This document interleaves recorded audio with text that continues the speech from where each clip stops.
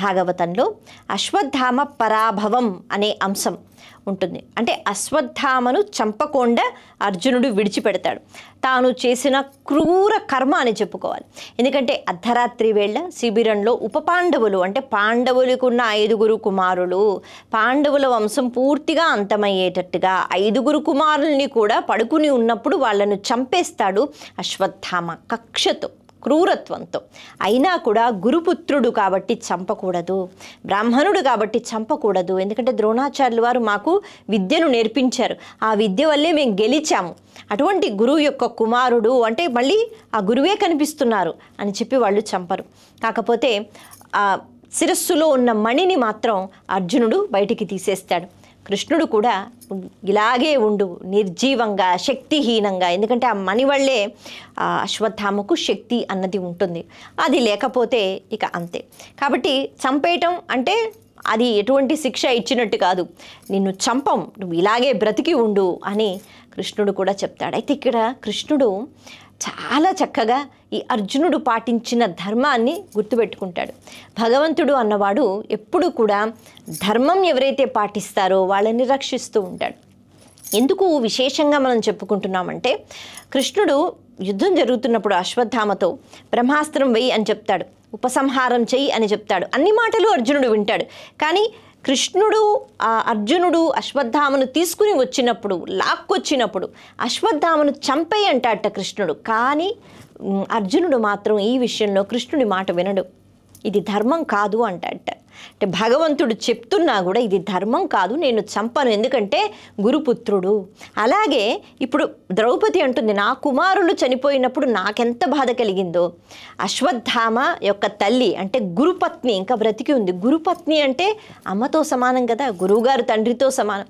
అటువంటి తల్లికి ఇంత బాధను నేను మళ్ళీ ఇస్తానా? ఇప్పుడు నేనెంత నరకం అనుభవిస్తున్నానో, కుమారుడు చచ్చిపోతే ఆవిడ కూడా అంతే నరకం అనుభవిస్తుంది కదా, మరి ఆ నరకాన్ని ఆవిడకి నేను ఇవ్వదలుచుకోలేదు అని వీళ్ళు మానుకుంటారు. ఆ ధర్మాన్ని చూశారు కృష్ణ పరమాత్మ. తిరిగి ఏమిస్తున్నారు అన్నది ఇక్కడ మనకి తెలుస్తుంది ఈరోజు మనం చెప్పుకునే అంశంలో.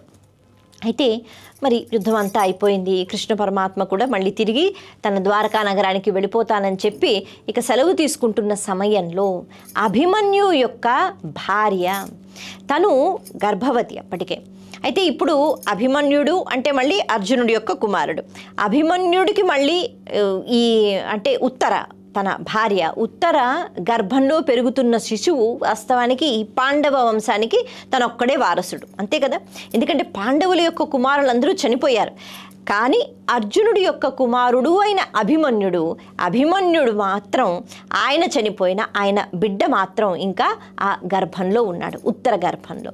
అయితే కృష్ణుడు రథం ఎక్కి వెళ్ళిపోతూ ఉంటే అశ్వత్థామ మళ్ళీ కూడా ఆలోచించి, ఓహో అంటే మరి ఈ గర్భంలో ఉన్న పిల్లవాడు బయటకు వస్తే వాడు కూడా పాండవ వంశానికి సంబంధించిన వాడే కదా, వాడు కూడా చచ్చిపోవాలని చెప్పి తనకి మిగిలిన శక్తితో తాను కనిపించకుండా మళ్ళీ అస్త్రాల ప్రయోగం చేసి ఉత్తర గర్భంలో ఉన్న పిండాన్ని చంపేద్దామనే ప్రయత్నం చేస్తున్నాడట.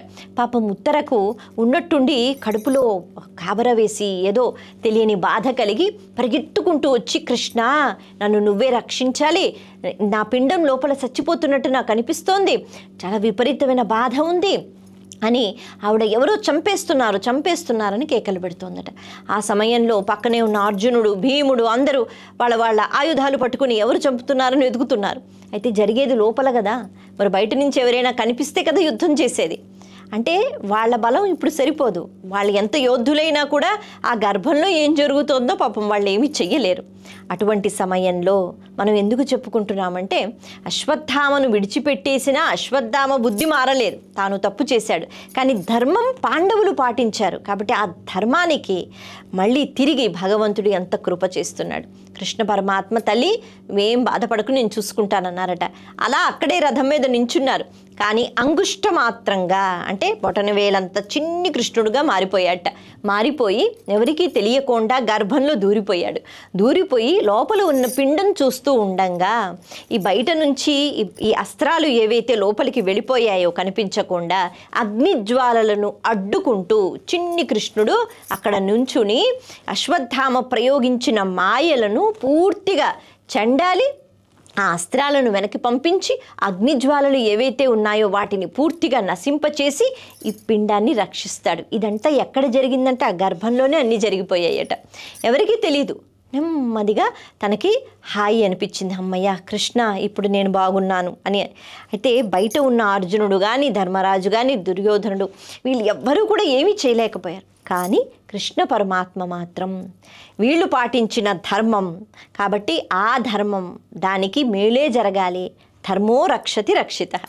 మనం ధర్మం పాటిస్తే ఏదో ఒక రూపంలో ధర్మం మనకి అనుగ్రహాన్ని ఇస్తుందని కృష్ణుడు ఇక్కడ చూపిస్తూ లోపల గర్భంలో దూరి చక్కగా ఆ పిండాన్ని రక్షిస్తాడు. కాబట్టి లోపల ఉన్న ఆ పిండం బయటకు వచ్చిన తర్వాత ఆయనకి పరీక్షిత్తు అనే పేరు వచ్చిందట. కారణం ఏమిటంటే పరీక్షగా చూస్తున్నాడట. తన గర్భంలో ఉన్నప్పుడు ఎవరు ఇంత చిన్నగా ఉన్నాడు, అంత చిన్నగా ఉన్న కృష్ణ పరమాత్మ కూడా పట్టు పీతాంబరాలు కట్టుకుని చక్కగా చేత్తో ధనస్సు పట్టుకుని బాణాలు పట్టుకుని యుద్ధం చేస్తున్నాడట ఆ మాయతో. కాబట్టి అటువంటి కృష్ణుణ్ణి పిండంగా ఉన్నప్పుడే ఈ పరీక్షిత్తు చూశాడు. అంటే పాండవుల యొక్క మనవడు చూశాడు. అందుకే బయటకు వచ్చాక ఆయన పరీక్షగా అందరినీ చూస్తున్నట్ట, లోపల నేను ఉన్నప్పుడు చూసిన వ్యక్తి ఎక్కడ ఉన్నాడా అని.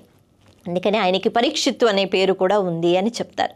అలా పరీక్షిత్తు యొక్క జననం అన్నది భాగవతంలో ఒక అంశం.